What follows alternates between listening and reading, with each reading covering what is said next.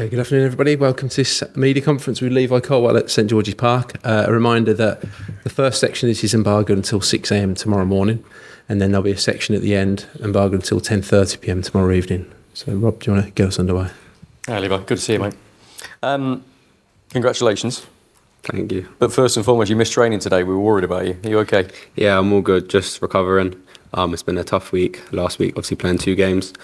And obviously I'm a young boy still growing. So it's just that. You're good to go if called upon. Definitely. You trained with the senior squad back in June, of course, but you've formally called up this time.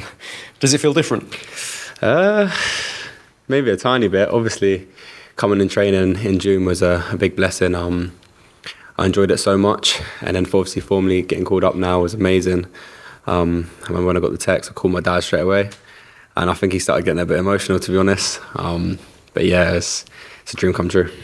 I guess last time, did Southgate make it pretty clear to you that you were joining to be part of the training squad, but you wouldn't be part of the matchday squad? Whereas now, you hopefully will be part of the matchday squad. Yeah, hopefully. Obviously, last time I had the Euros after it, so there's a lot of things to take into consideration.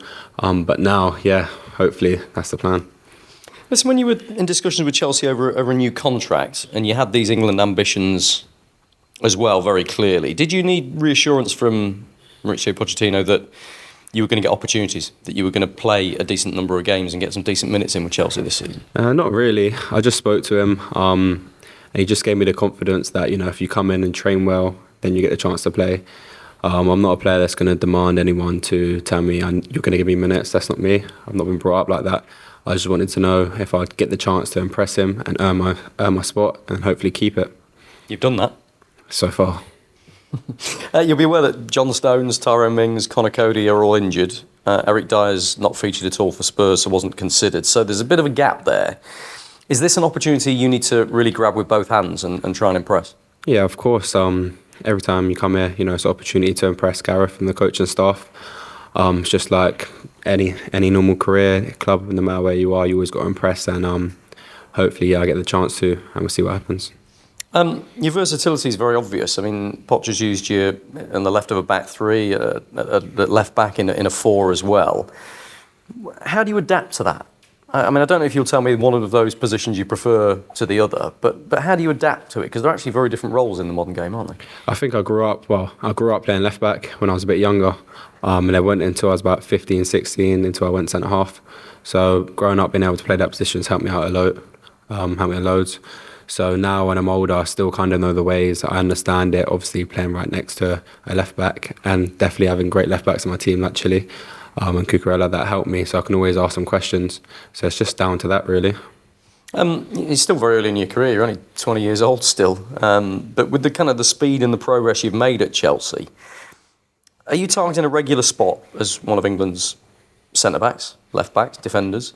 And obviously the Euros is less than 12 months away. So is that on your horizon as well? Is that a real target for you? Yeah, of course. Playing for Chelsea, one of the biggest clubs in the world, it's got to be my aim to hopefully, be in the England team come Euros. Obviously, it's still a long time till that comes, so I've got to keep working hard and push myself, and we'll see what happens. Good man, thank you. We'll go Alex next, and then John. Hi, Levi. Yeah. It's been a special year for you. Do you think you'll be able to look back on this and say this was the year that kick-started your career? You had your breakthrough in the Premier League, then won the Euros with the under-21s and the long-term contract at Chelsea, and now your senior England call-up. Sounds pretty good. Yeah, it's been an amazing year. I've had no complaints about the year, but there's been a lot of ups and still been downs. A load of stuff that I've had to overcome. But it's all part of my career, and you're going to get that. So yeah. How you find it playing and working under Mauricio Pochettino? Yeah, he's a great manager. He really makes me feel comfortable, and that allows me to play my best game. I think him at the club has changed it so much, and now we're just ready to kick on. Hopefully start picking up these wins. When we spoke in the summer, you said you thrive off competition. Doesn't get any better competition than the senior England squad. How are you finding it, and how are you feeling going into this week? Yeah, I'm really enjoying it so far. From last time when I was here in June, I enjoyed it. Everyone was so welcoming, and it made a big difference towards me. And then now I've settled in a bit. I'm ready to kick on, and hopefully prepare for the upcoming week. John, thanks. Hi, Levi. Who would you say were your influences, and you think who've helped you to get to where you are now? I've had a load. I think definitely last year, I'm going to say Adam Lallana.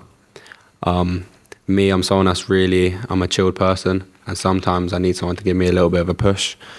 And at first, I didn't really understand why he was always on me and trying to help me. But then once it clicked in my head, I realised that he only wants to help me. And, I don't think I ever realised, how happy and how lucky I was to be able to play next to him. And yeah, he's definitely helped me a load.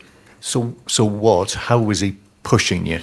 Every day in training. There was times where, I might just be having an off day or not really be feeling like myself, and he's there just no matter what, just pushing me and push me. And it's definitely made me wake up a bit and realise the opportunity that I've got, and I can't waste it. So when you say pushing you, how? Just in training, just giving me compliments if I need it. If I'm struggling a bit, tell me, come on, you're right. If I'm doing well, keep pushing me to make sure I'm doing well. Communication, always putting his arm around me. It's the same as Lewis Dunk, same as some players at Chelsea, Chilwell, Thiago Silva. You got leaders in the team for a reason, and that's their job, to help young ones. And I've definitely had that. I've had the best. So you must have heard from Adam Lallana then, since you were named in the squad last week, have you? Nah, not yet. And you mentioned Lewis Dunk. Obviously, playing alongside him last season, as much as you did. Did you ever think about the possibility of you both perhaps playing for England in central defence? I know, it's amazing.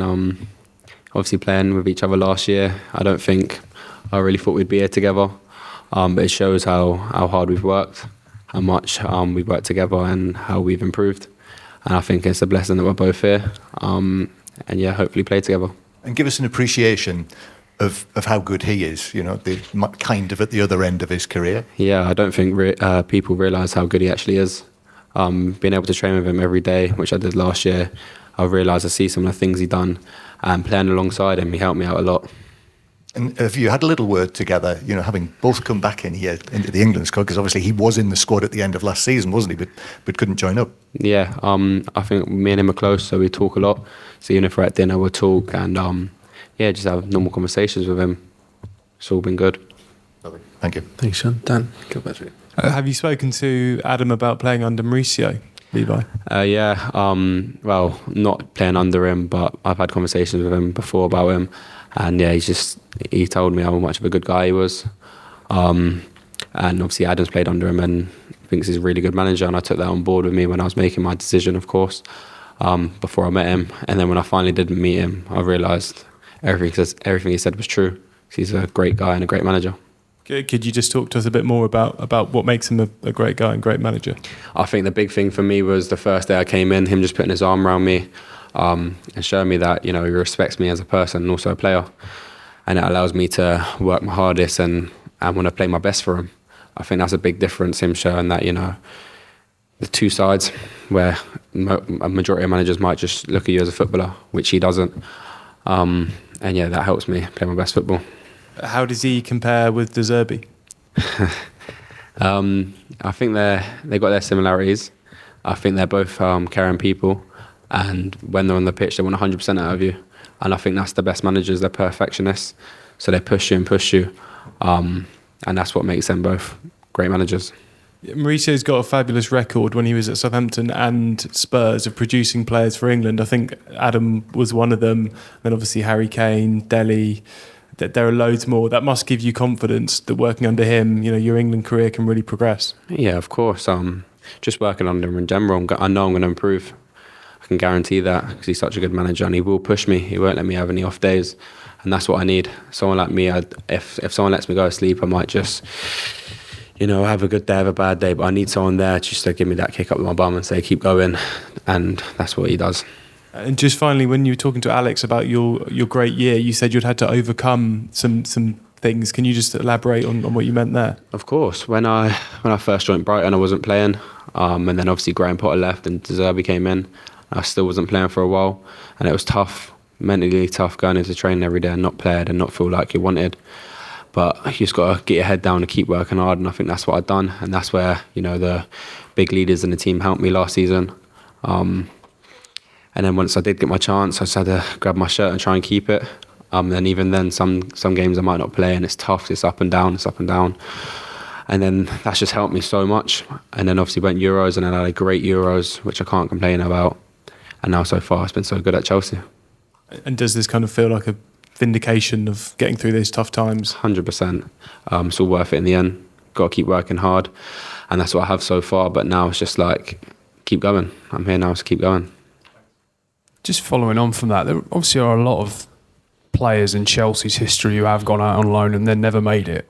You know, did you fear in those moments at Brighton that that might happen to you? Not really. I've always been confident in myself. And I've had the right people around me that's also believed in me and pushed me every day, and my family. Never let me give up. I think that's a really big thing. So no, not really. Was it, obviously you had a great summer on the pitch, but was it a difficult summer off it? Because there was a lot of talk about maybe you go back to Brighton on a permanent move, obviously a bit of uncertainty about the contract. How did you kind of park all that? Not really. I think off the pitch, I just kind of kept myself to myself. I didn't really think about it too much. Because obviously I had Euros, I was here, then I had Euros, so I didn't really have much time to think about it. But obviously I have a lot of respect for Brighton, everything that happened last year. But like I've said before, I've been at Chelsea since I'm 9. I love the club, and that was my decision, and I stand by it. And just in terms of England, you can make us all feel really old here. What's the first tournament you remember? First tournament I remember? What was the tournament when Frank Lampard hit the bar versus Germany? 2010. I think that was the first one I remember. What are your memories of watching that, presumably with family? I remember I was with my dad and mum and cousin somewhere. We was on holiday somewhere. And then I think that's where I remember watching it and my dad going crazy, screaming us in. And that was my first time. That was my memories from that.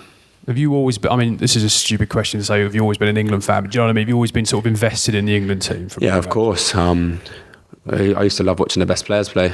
And when they could all come together, what more could I ask for? Thank you. Great. Is there any further questions in this section?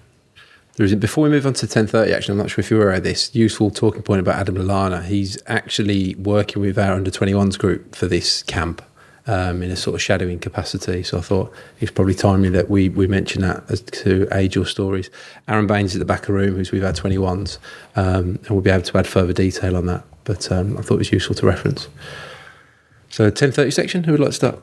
And with Mauricio, is there anything since he's come in that has surprised you? They talk about his intensity and the way he trains. Is there anything, maybe training or nutrition, that has surprised you about him? Definitely. From the first day in pre-season, the amount of running I've done, it was crazy. And I think right now I'm at my fittest I've been ever in my life. And I feel like that in games. I feel really good, thanks to him. And even like the gym program, things like that, it's tough. But straight away I can feel my strength and how much better I feel as a player. Okay, we go Simon next. I'm not sure the FA vase has been mentioned in an England press conference before, but when you're talking about influences, seeing your families being successful at Wembley and walking out with them, was it 2014? I mean, Was that a kind of moment that made you think, this is what I want to do? Definitely. I remember just walking out with them, feeling the nerves. And I see how serious they was, and then I see the celebrations after, and it was just like a family with their teammates. Like everyone was a family, and I just love that feeling. So being a little boy, I remember walking out and looking up and thinking, I've got to be here one day. I've got to play here. I can't let my uncles play here, not me. So yeah, hopefully one day that happens.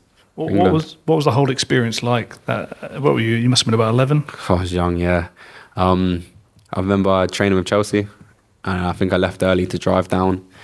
And I remember getting changed into the kit and then waiting in the tunnel for my uncles to walk past. And I remember just seeing them there, and they were so serious. And I was like, I felt the nerves all in once. And then everyone was shouting before the game, walking out. And it was just amazing. I remember watching the game with all my family there, and we was all just so nervous in the stands. And then once one of my uncles scored, celebrations, everyone was just going crazy. And yeah, it's one of the best feelings ever. Do you still keep an eye on Sholing? Were you just a glory hunter? Nah. I still go there whenever I can. I haven't been this season yet, but I went a few times last season. I like going to their ground, or even I like going on away days. Like if I have a chance, I'm always there, and they all love me, so it's good. It seems in the last few years as though a lot of the top clubs and the top managers have been looking at left-footed centre-backs a lot more than used to be the case. I mean, were you coming through? Did you get the feeling you're coming through at the right time for a player like you? I think, football's changed a lot due to managers' tactics.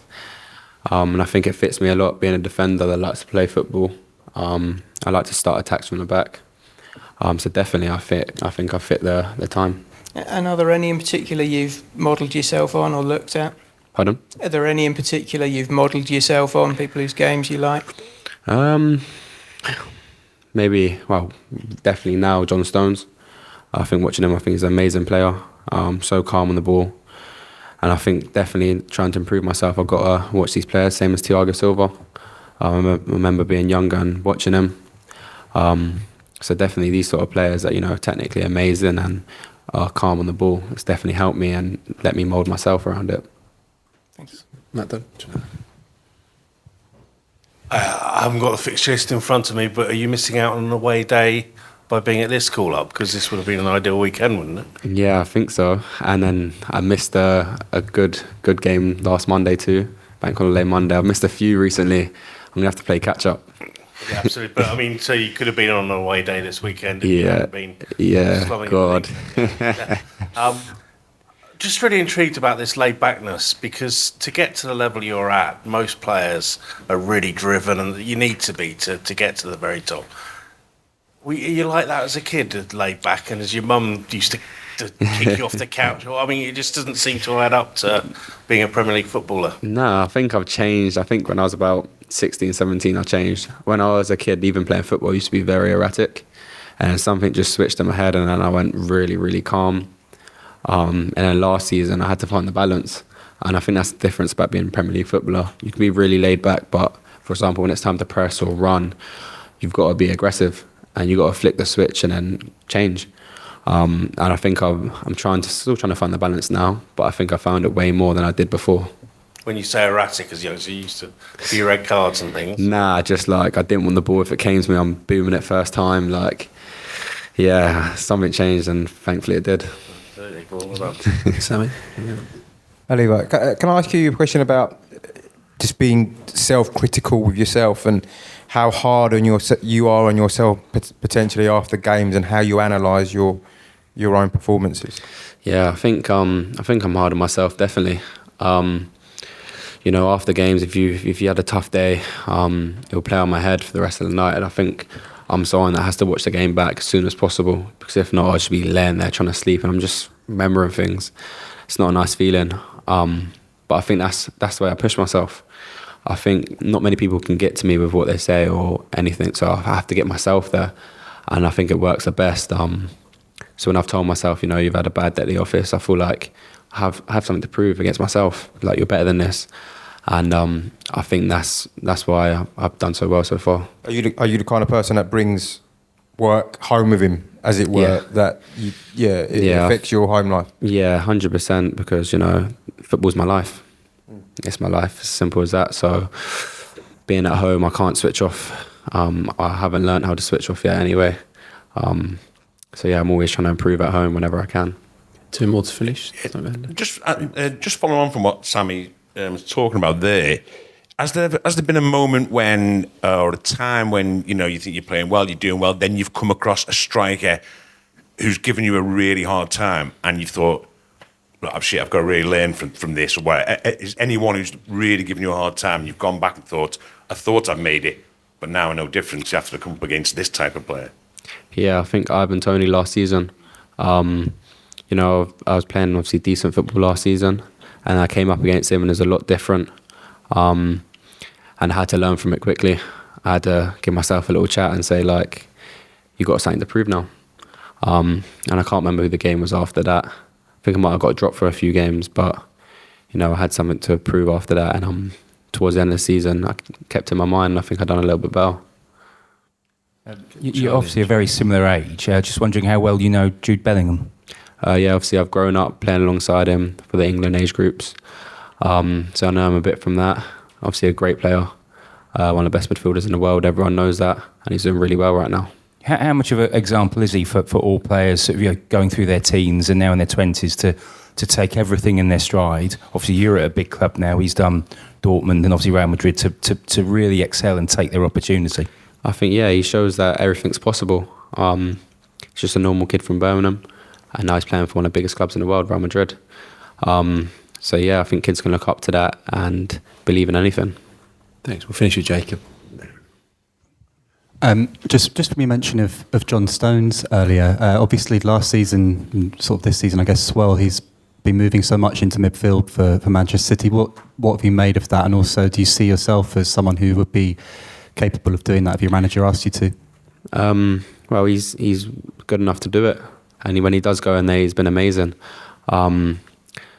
And me, I don't know if I'll be able to do that. It depends. I think I need a lot of training to go in there. But, you know, if the manager asks me to, of course, I'm going to give it a go. And if I play good there, good. If I don't, I'll have to learn from it quickly. That's how football is. Great. Thanks for your time, guys. Thank you, guys. Thank you.